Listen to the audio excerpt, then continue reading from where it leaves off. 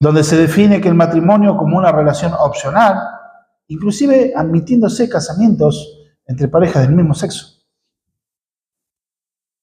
Y cosas más aberrantes, torciendo algo que es hermoso, algo hermoso creado por Dios, que ahora vamos a ver en este pasaje, no solo vemos la aprobación y la bendición de Jesús, sino que veremos que no por nada Jesús mostró su gloria en esta ocasión.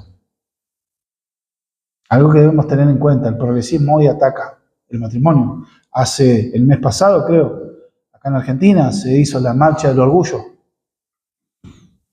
donde ¿cuándo? Ayer, y bueno, la marcha del orgullo, y bueno, es una afrenta contra Dios mismo, es una afrenta contra Dios mismo, contra sus planes, su diseño. Nosotros como cristianos ortodoxos, conservadores, creemos que en la luz de las Escrituras solamente existe el matrimonio entre el hombre y la mujer, no existe otro tipo de relación. No existe relación inclusive de distintas edades, como pretenden legalizarlo algunos perversos hoy en día. No existe con otra especie. Hoy en día es un grado que antes esas personas, muchos estaban en una institución con problemas psiquiátricos reales. Gente que se casan con árboles, se casan con ellas mismas. Cosas que uno dice, qué ridículo. Bueno, hoy de todo. Ese es el progresismo que trae solo destrucción. Pero acá vamos a levantar uno de los valores. Cómo Dios bendice esta boda. Y no por nada comenzó en una boda el relato de Juan.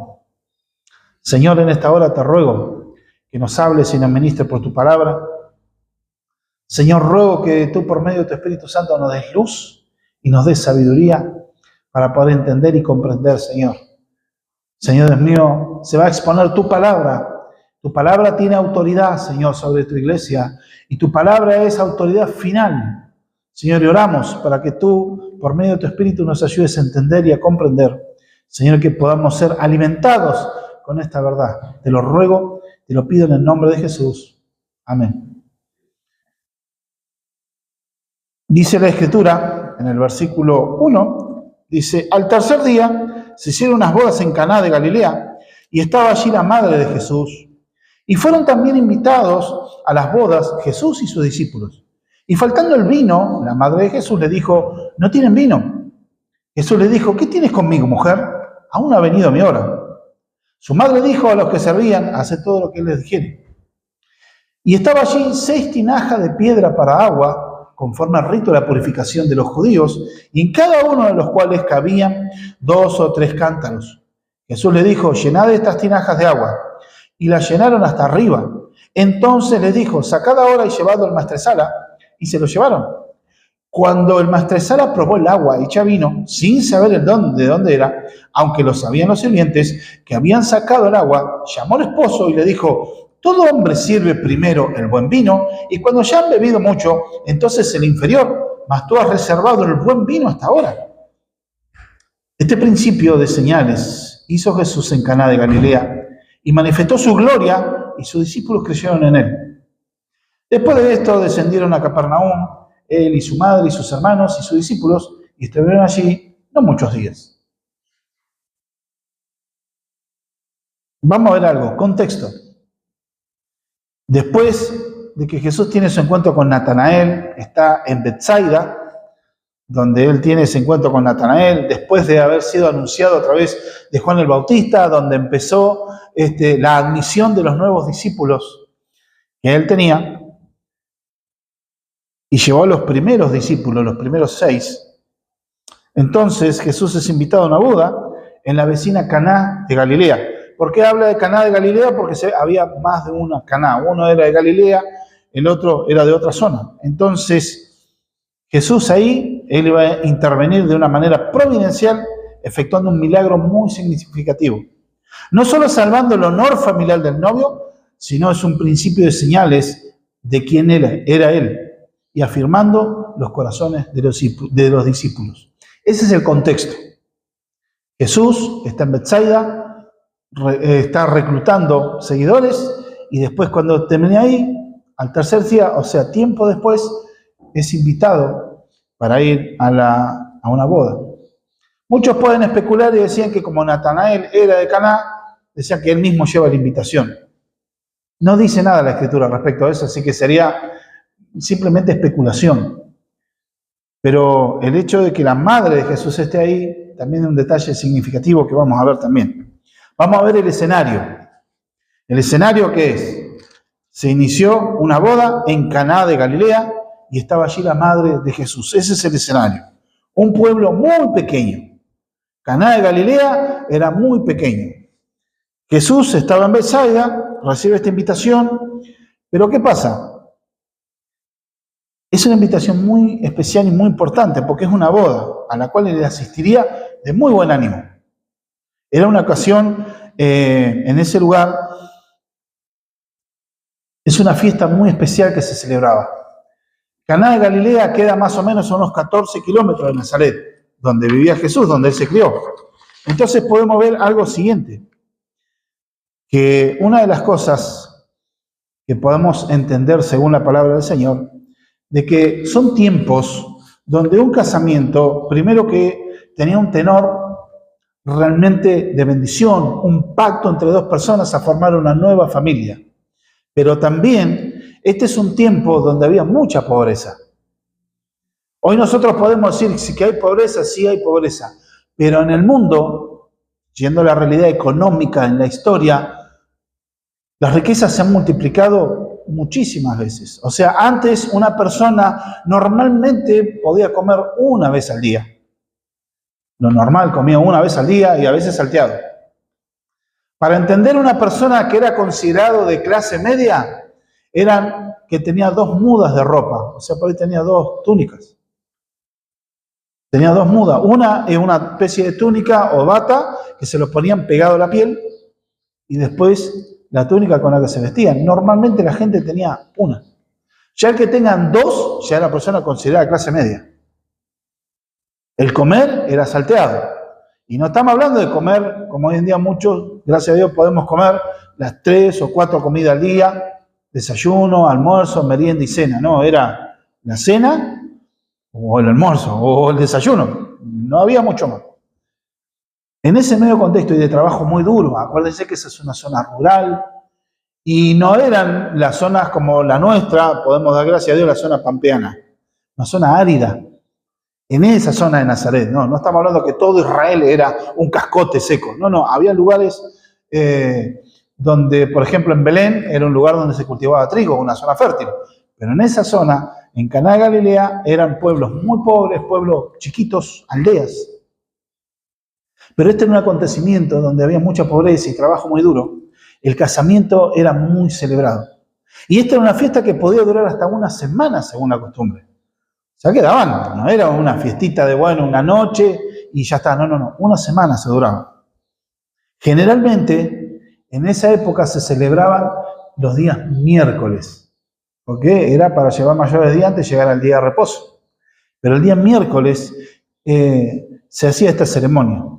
Y generalmente la ceremonia de casamiento era por la tarde, después de una fiesta.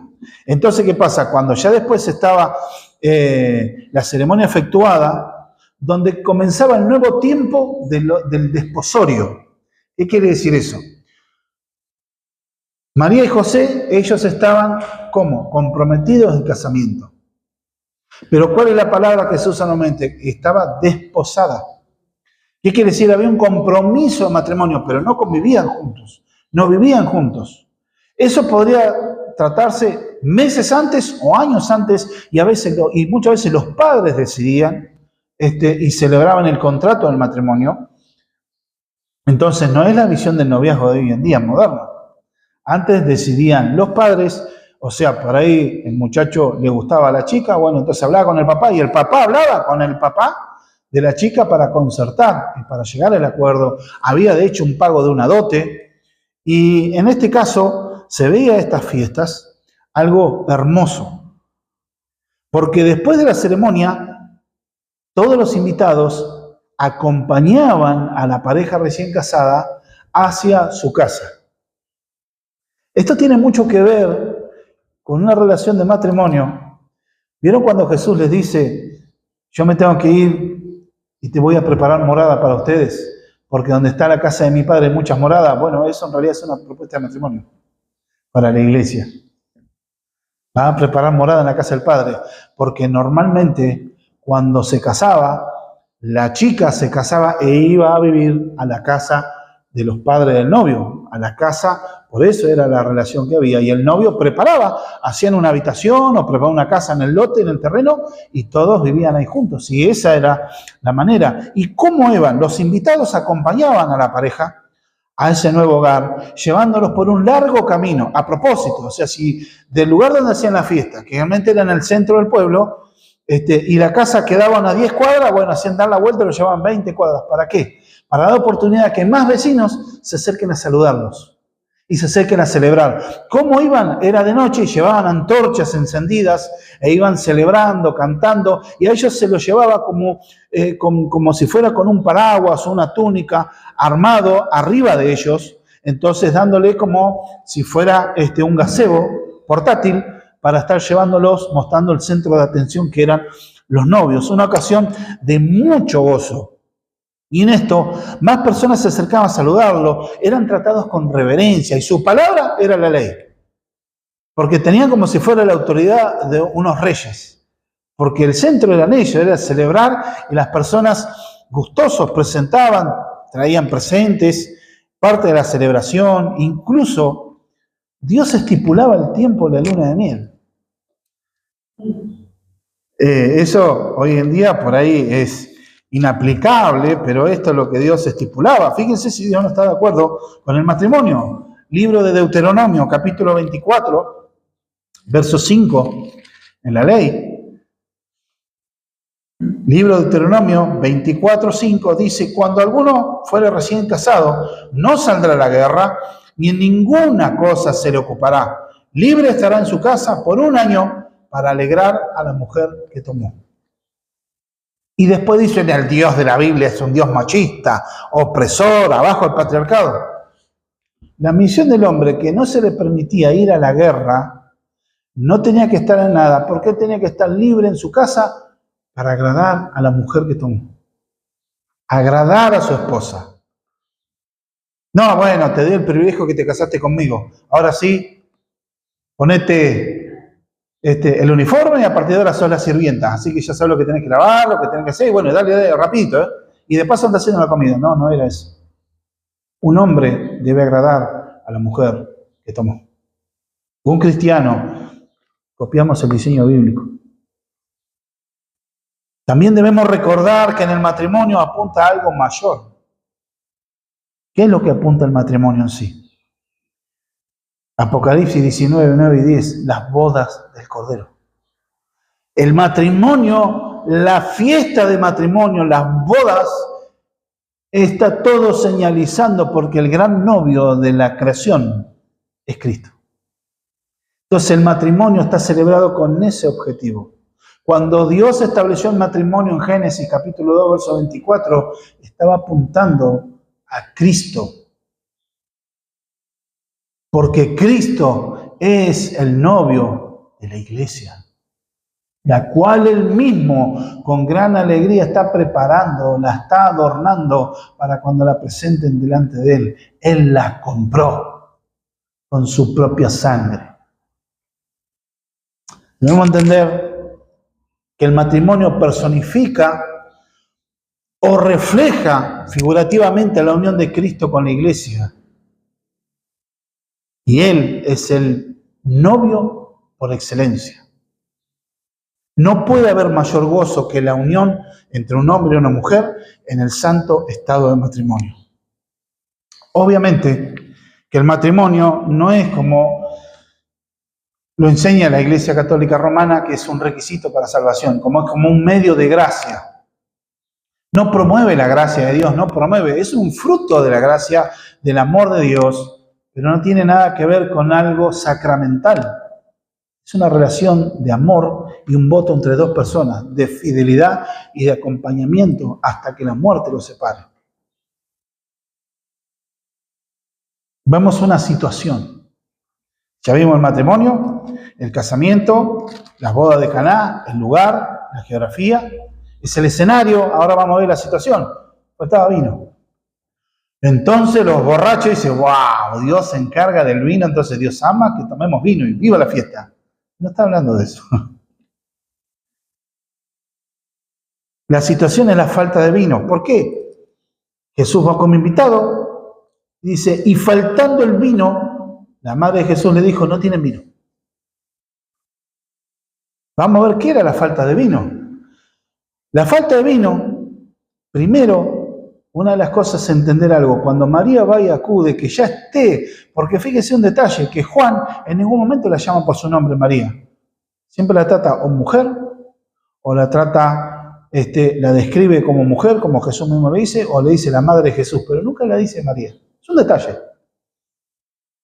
Pero acá lo que estamos viendo es lo siguiente, que también María, al ir a acudir a Jesús diciéndole no tienen vino, se puede ver algo, que María quizás estaba involucrada en la organización del casamiento. O sea que es muy plausible de que los invitados, los que se casaban, ellos podían haber sido familiares o amigos de la familia. Estaban cerca, 14 kilómetros, Nazaret de Caná de Galilea. Así que es muy posible que hayan sido familiares de Jesús, familiares de María. Ahora ella estaba y era tenida como una mujer respetada también. Una mujer que era honrada y era muy respetada para ese lugar. Y estaba en la organización, en el servicio de la obra. Entonces quiere decir que no era una simple invitada. Entonces nosotros vemos acá que el vino tenía una función. En aquel clima árido, donde no hay sistema de refrigeración, no había electricidad, por ende no había heladera, freezer, tendrían el agua en pozos que podría estar más fresca, pero no tenían un sistema y un lugar donde se necesitaba hidratar constantemente. Y en ese lugar, en ese clima, se necesitaba hidratarse mucho y el vino se usaba para purificar el agua, porque tampoco era que tenían agua, ellos por ahí usaban cisternas donde quedaba el agua estancada y estaban en piedra y esas aguas durante tiempo a veces conseguían el agua, pero no era por ahí muy buena para tomar. Entonces, para purificar el agua, usaban el vino. O sea, no usaban como un método para embriagarse, sino para purificar el agua. Se purificaba a razón de más o menos de 1/3 de la cantidad de agua, 1/3 era vino. Digamos, 2 medidas de agua por 1 de vino. Inclusive se diluía un poquito más, porque la intención era hidratarse, no emborracharse. En una boda se juntaban, y todo esto según la fuerza del vino, ya que el vino, como sabemos, tiene un efecto embriagante, o sea, no es que tomaban vino puro. Pero esta falta de vino era algo grave en esa época. ¿Por qué? Era algo tan grave, inclusive, claro, si no hay vino, no hay para hidratarse, por ende, no hay más fiesta, se termina la obra, la boda. Tienen que cortar todo, no hay agua, muchachos, no hay vino, no se puede tomar, no se puede hidratar, tenés que quitar la fiesta. E inclusive esto era una situación muy embarazosa, ya que si no se solucionaba, esa familia, la familia del novio, quedaría expuesta a un escarnio público hasta de por vida, que es como que iban a quedar estigmatizados. Ah, mira, aquel que fue desatento y no permitió que haya vino en la boda. Era algo socialmente muy reprochable, hasta de por vida, e inclusive podía estar expuesto a una demanda legal, porque la familia de la novia lo podía hacer una demanda legal por la vergüenza que le hacían pasar. O sea que no era una situación de, bueno, se terminó, y no había como ahora, bueno, listo, vamos al supermercado de la esquina, tengo un amigo que tiene una distribuidora, podemos conseguir. No había. Entonces, María toma esto para salvar la honra de la familia y ella toma la iniciativa de solucionar el inconveniente y acude a su hijo mayor. Aquí no se menciona más a José, lo único en los evangelios, el último registro que se habla sobre José, cuando Jesús tenía 12 años estaban en el templo. ¿Se acuerdan cuando lo están buscando? Ahí el último momento que se menciona a José, así que para estas alturas, Jesús ya con 30 años, a estas alturas que ya José haya fallecido. Entonces, ¿quién se tenía que hacer cargo de la familia? El hijo mayor. Cuando falleció el padre, el hijo mayor tomaba la autoridad como si fuera el padre de familia y adquiere y toma ese lugar. Él queda como responsable de cuidar y de dirigir a toda la familia. Y toda la familia le debían respeto y consideración. Ahora, también acude por algo, porque sabemos que la mente de Jesús no fue dañada por el pecado. Así que él tenía una mente totalmente perfecta. Su entendimiento era claro. Seguramente siempre estaría solucionando algo, porque sus razonamientos siempre serían buenos y sus pensamientos para resolucionar siempre serían los acertados. Él no tenía la carga de pecado como nosotros, no tenía el daño. Ahora vemos este sentido a una respuesta un poco extraña. Porque María le dijo, no tienen vino.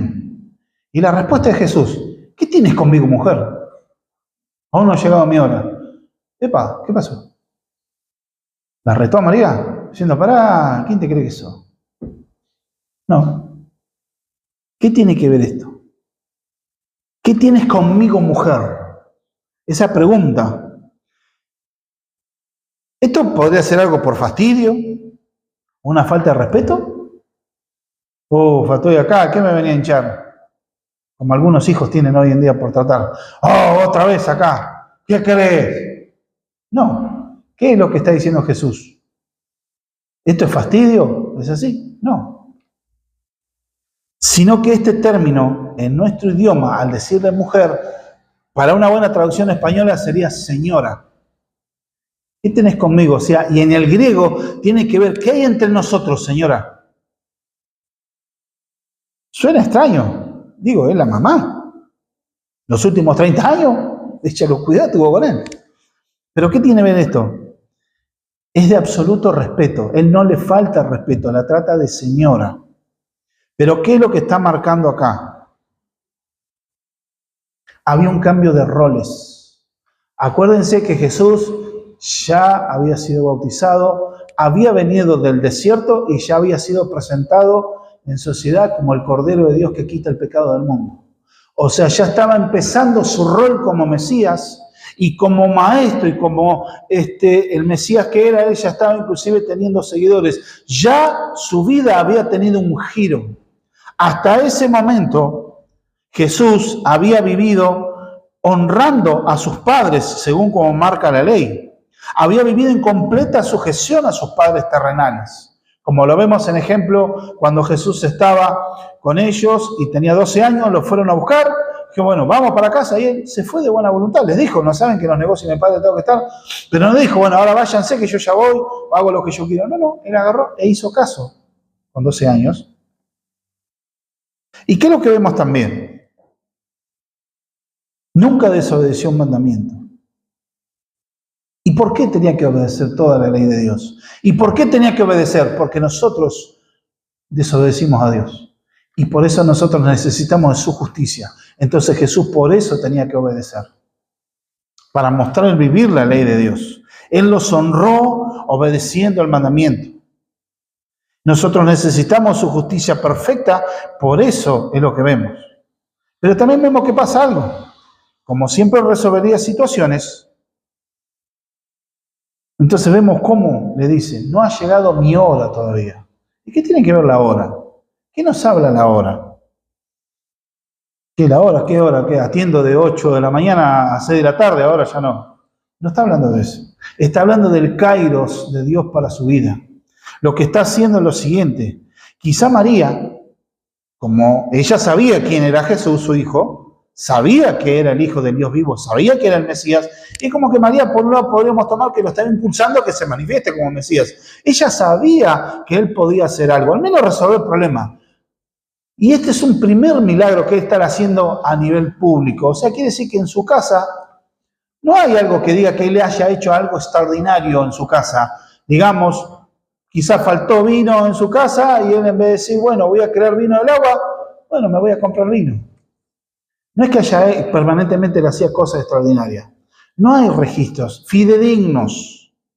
Sí hay algunos evangelios espurios, falsos, que relatan algunas cosas, pero no pasan de la fantasía. Ahora vemos acá que aunque ella podría impulsar lo que se manifieste como Mesías, Jesús al tratarla como señora marca una distancia, porque ya la relación común que tenían ya no iba a ser la misma. Sí seguía siendo la madre, pero ya los roles de autoridad cambiaron. Él ya viene de haber sido bautizado. Acuérdense en ese contexto, él ya está reclutando a sus seguidores y ya él tiene que asumir su rol en el tiempo del Dios el Padre para él. Entonces ya no sería el hijo obediente que hasta sus 30 años él obedeció. ¿Y por qué los 30 años? Porque a esa edad se estipulaba que el hombre ya estaba en su madurez plena. Por ejemplo, los fariseos no podían, digamos, que le den el diploma de fariseo, recién lo tenían a los 30 años. Podían ser más jóvenes, eran discípulos de fariseos, pero darte como un maestro, ser considerado un rabino, era a partir de los 30 años. Porque esa es la edad donde el hombre tiene toda la plenitud de su madurez, toda la fuerza, el hombre está en pleno a los 30 años. Entonces, hasta esa edad Jesús cumplió obedeciendo, honrando a sus padres terrenales. Pero ahora cambió la obra, cambió el momento. Porque ahora María ya no, al marcar esa distancia, le estaba marcando algo a Jesús. Ya tenía que cambiar la manera de verlo. No lo tenía que ver como su hijo, a quien él lo obedecía a ella, sino que ahora ella tenía que verlo como su Mesías. Tenía que verlo como su Señor y tenía que verlo como su Salvador. Ya cambió. ¿Qué muestra esto también en cuanto a llegar a la hora? No solo que no marcaría su agenda las relaciones familiares o terrenales, sino que ahora estaría obedeciendo exclusivamente al Padre Celestial. O sea, que su agenda no la marcaban su madre y su familia y amigos, sino la agenda la marcaba el Padre Celestial. Y cuando habla de la hora, está hablando la cruz y su resurrección. ¿Por qué no se presentó y no dijo, no, acá yo soy el Mesías? Porque eso podría acelerar el camino a la cruz. Imagínense que él, más adelante vemos como que todo acontecimiento contra el poder religioso y después el poder político de la época iba a terminar desembocando en la cruz. Y tenía que estar eso Jesús, pero Jesús tenía un tiempo para hacerlo, una hora y un momento estipulado. Él no podía morir un miércoles, un martes, un domingo. Él tenía que morir el día viernes por la mañana, en el momento y en el día que se sacrificaban los corderos de la Pascua antes del día de reposo. Tenía que morir ese día, a esa hora, en ese momento, no otro día. Por eso él decía, ahora mi hora no ha llegado todavía. De paso, esto anula la doctrina católica romana de que María está para interceder por nosotros y que Jesús siempre le está haciendo caso porque él es la madre de Jesús. Acá Jesús muestra en claro, se terminó la parte como que ella su emancipación de la autoridad de la familia, de la madre, para obedecer al Padre Celestial. Mostrando una cosa, que solo hay un solo Dios y un mediador entre Dios y los hombres, Jesucristo hombre. No existe ningún mediador, absolutamente nadie. No quería anticipar su manifestación, ya que esto vendría de acuerdo a la mano de Dios y el consejo de Dios, como dice la palabra de Dios, ¿no? en el libro de los Hechos, capítulo 2, verso 23. Hechos 2:23, donde nos habla que estaba todo de acuerdo al plan de Dios. A este, entregado por el determinado consejo y anticipado conocimiento de Dios, prendisteis y matasteis por manos de inicuos, crucificándole, al cual Dios levantó, sueltos los dolores de la muerte, por cuanto era imposible que fuese retenido por ella. El determinado consejo y anticipado conocimiento de Dios. Él había venido para ir a la cruz, pero tenía que ir en un momento, no podía acelerarse, él tenía que hacer cosas antes. Y Juan, en todo el relato, muestra 7 milagros, 7 hechos que son 7 señales. Acuérdense el propósito que tiene Juan. Y acá vemos versos 6 al 8, donde la palabra del Señor nos habla de algo que tiene que ver, ¿no? En este sentido, ¿no? Le habla a la mujer y su madre le dijo lo que servían, hacer todo lo que dijere. O sea que ven que la madre no se ofendió, sino que dijo, hagan todo lo que él diga. No es que Jesús se negó a hacerlo, sino marcó el cambio de autoridad, el cambio de rol. Y dice que había allí 6 tinajas de piedra para agua, conforme al rito de la purificación de los judíos, cada una de las cuales cabían 2 o 3 cántaros.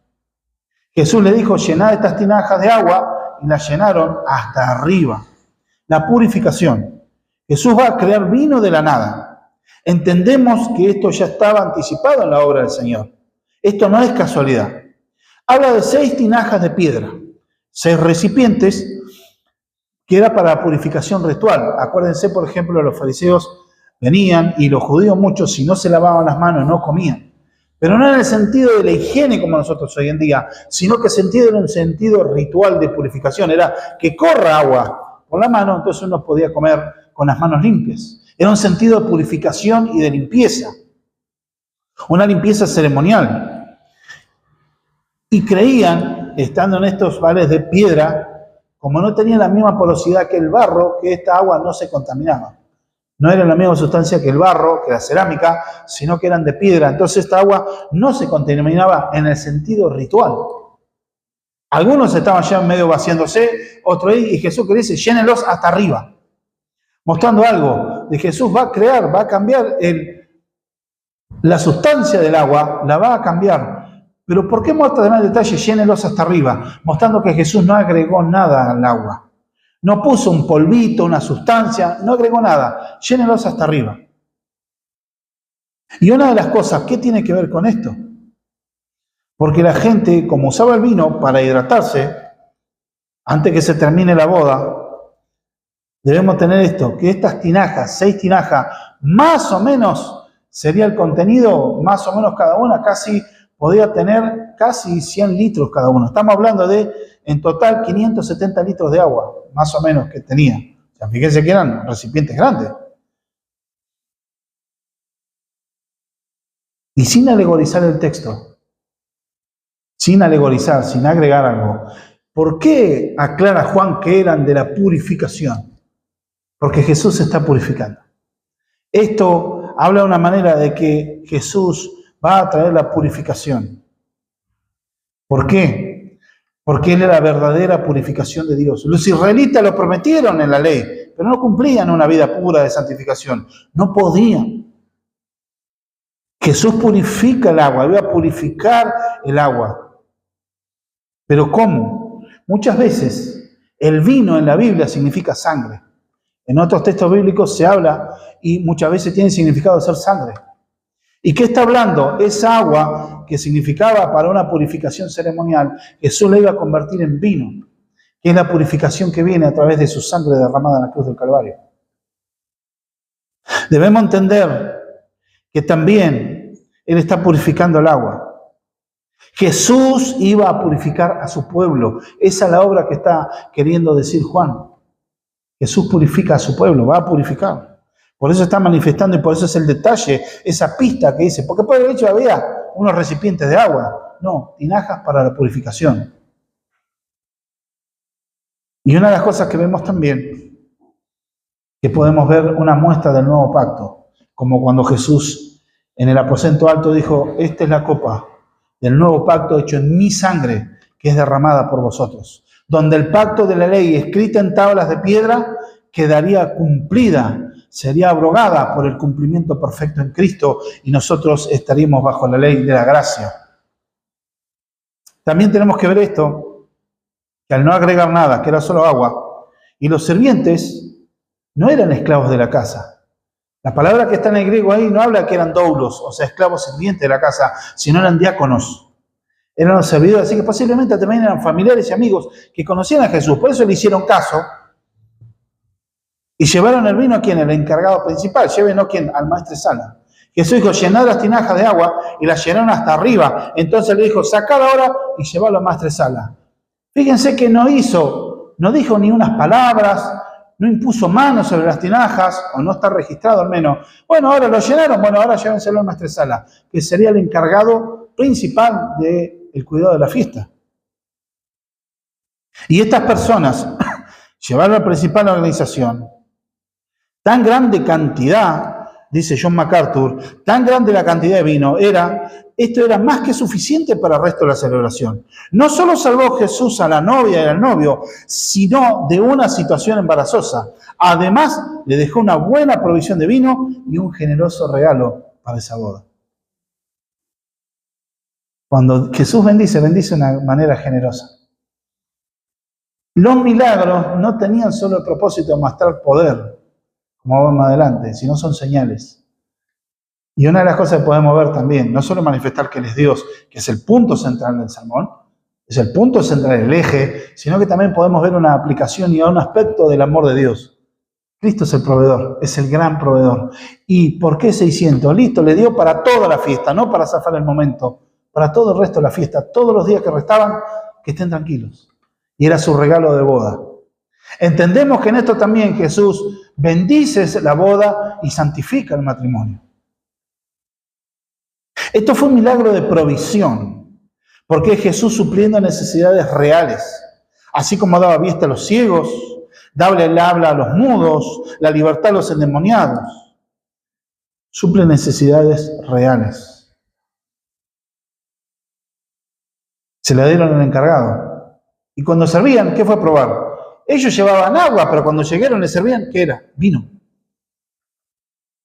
Y un vino de excelente calidad, el cual nunca se había visto. Nunca fue plantado, nunca formó parte de una vid. Fue creado.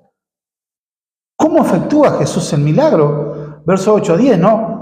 Que dijo, bueno, sacad ahora, llevarlo al maestresala, y se lo llevaron. Y cuando el maestresala probó el agua, hecha vino, sin saber él de dónde era, aunque lo sabían los sirvientes que habían sacado el agua, llamó al esposo. Y le dijo, todo hombre sirve primero el buen vino, y cuando ya han bebido mucho, entonces el inferior. Mas tú has reservado el buen vino para esta hora. Uno podría leer y decir que es casi un reproche, o sea, ¿cómo puede ser? No, no está reprochando. Según como se mire, quizás hasta es un halago que le está haciendo, un cumplido, diciendo, dejaste el buen vino para ahora. Porque le está hablando en pura lógica. No sabemos si el maestresala, el encargado de la fiesta, era creyente o no.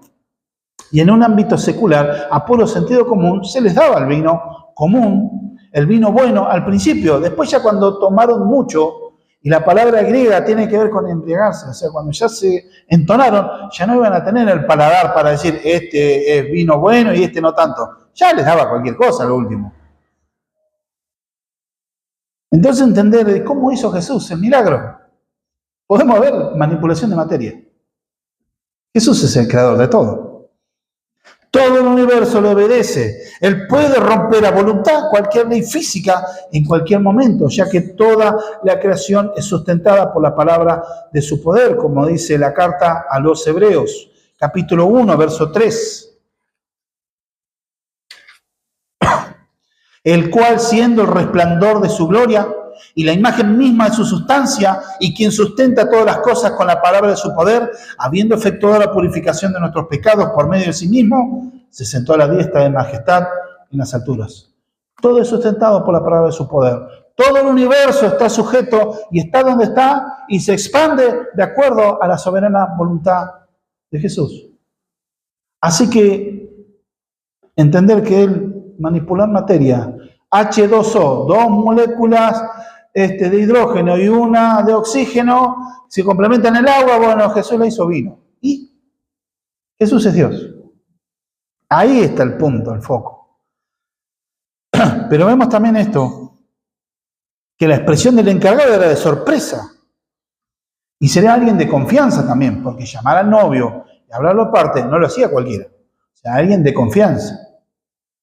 Posiblemente era un familiar o un amigo también. Y vemos esto, que nosotros podemos ver que no es que Dios está dando lugar a la borrachera, bajo ningún punto de vista, como dice Efesios 5:18, no os embriaguéis con vino, en lo cual hay disolución, más bien sed llenos del Espíritu Santo. El libro del profeta Isaías 5:11 también Dios condena la borrachera. Hay de aquellos que se levantan porque ¿cuándo se levanta el borracho? Después del mediodía. Después que se le pasa los efectos. Dios no bendice. Es más, la carta a los Corintios, Pablo también dice que uno de los que no heredarán el reino de los cielos son los borrachos. La gente que es alcohólica depende del vino, no, porque su entendimiento, su mente está corrompida por el alcohol. ¿Absolutamente salvable para el Señor? Claro que sí. ¿Cuántos testimonios tenemos de gente alcohólica que fue salvada por el Señor? Pero dejaron el alcoholismo. Una persona que dice ser creyente vive una vida licenciosa, gobernada por el alcohol, por ende un desequilibrio mental, un desequilibrio en toda su vida, indicando que hay cosas más profundas. El alcohol o el alcoholismo es un síntoma de algo más profundo, que no está con Cristo, no es del Señor. Entonces vemos acá que es una provisión que Dios hace. Eso es como un paréntesis, pero entender que la buena provisión que Dios hace es buena, es abundante, es para un ritual de purificación. Y de hecho, como dice el pastor Josías Grauman, ¿por qué bendice también la fiesta, el matrimonio? ¿Por qué un casamiento y no un cumpleaños y no una graduación, si hubiera? Sino que está hablando de un matrimonio, un momento de mayor gozo. Porque eso también podemos preguntar, ¿cómo Jesús soportaría la cruz? ¿Por qué le dice a la madre, mi hora todavía no ha llegado? ¿Y cómo soportaría eso, no, cuando llegue su hora? Y él está en un ámbito que está emulando el casamiento, porque como dije al principio, todo matrimonio apunta a las bodas del Cordero. ¿Cómo Jesús soportaría la cruz? Hebreos 12:2. Él soportó la cruz por el gozo puesto delante de él. ¿Y qué es lo que tenía delante de él? ¿Qué es lo que él veía? Las bodas del Cordero, donde todos los santos redimidos por él, todos los rescatados y salvados, todos los que fueron comprados con su sangre preciosa, como pueblo, figurando a esa novia ataviada, preparada y adornada para presentarse delante del esposo, Cristo mismo. Ese es el gozo que está puesto delante de él. O sea, nos veía a nosotros. ¿Para qué? Para que él soportara la cruz. Ese gozo puesto delante de él también era un gran estímulo a soportar la cruz. Porque estaba mirando el futuro. El gozo que estaba puesto delante de sus ojos. Pero había un propósito. Este principio de señales, como el último encabezado, principio de señales. El verso 10 y 11, y lo que dice, y le dijo, todo hombre sirve primero el buen vino, y cuando ya ha bebido mucho, entonces el inferior, mas tú has reservado el buen vino hasta ahora. Y ahí Juan dice, este principio de señales hizo Jesús en Caná de Galilea, y manifestó su gloria, y sus discípulos creyeron en él. Fue hecho el primer milagro que él hizo público, pero no salió anunciando que era el Mesías, sino simplemente hizo el milagro para bendecir quizás familiares y amigos, de gente que lo vio crecer. Después vemos que él fue donde él vivía, nace en Belén, se crió en Nazaret, estuvo viviendo en Capernaum, pero en Capernaum no le creía. En otros pueblos donde él se crió no le creía, muchas veces pasa eso, donde él dice, nunca hay profeta en su propia tierra. Pero entendamos, hermanos, de que este es un principio, hay una intención del autor, mostrar, y la médula, el meollo del sermón es este principio de señales que Jesús hizo en Caná de Galilea y manifestó su gloria. Y sus discípulos creyeron en él. Ahí está el énfasis, el por qué muestra, Jesús tenía que mostrar su gloria como el Mesías. Juan deja claro que los milagros no eran una mera muestra de poder milagroso. Jesús no era un simple milagrero que hacía un espectáculo de entretenimiento. Cada acto del Señor, cada milagro apuntaba a su ministerio redentor de Cristo. Mostraban la validación de Dios como su Mesías prometido. Juan selecciona estas señales para mostrar su énfasis. ¿Cuál es el énfasis? Acuerden que el texto medular de todo el Evangelio está en el capítulo 20 de Juan, donde él muestra lo siguiente, verso 31, donde dice lo siguiente. Pero estas se han escrito para que creáis que Jesús es el Cristo, el Hijo de Dios, y para que creyendo tengáis vida eterna. Hizo además Jesús muchas otras señales en presencia de sus discípulos, los cuales no están escritas en este libro. Pero estas se han escrito para que creáis que Jesús es el Cristo, el Hijo de Dios, y que para que creyendo tengáis vida eterna en su nombre. Juan está mostrando, Jesús hizo muchos milagros, Y son cientos, miles, no hay un registro exacto. Otros evangelios retratan más milagros todavía, pero no era presentarlo como el mago milagrero. No era presentarlo como un mago, sino era mostrar la aprobación y el propósito redentor, mostrando que Él es Dios. Vemos también que Jesús bendijo el matrimonio, porque Él es el verdadero novio en la creación, mostrando su amor redentor y su gran capacidad de proveer de la nada.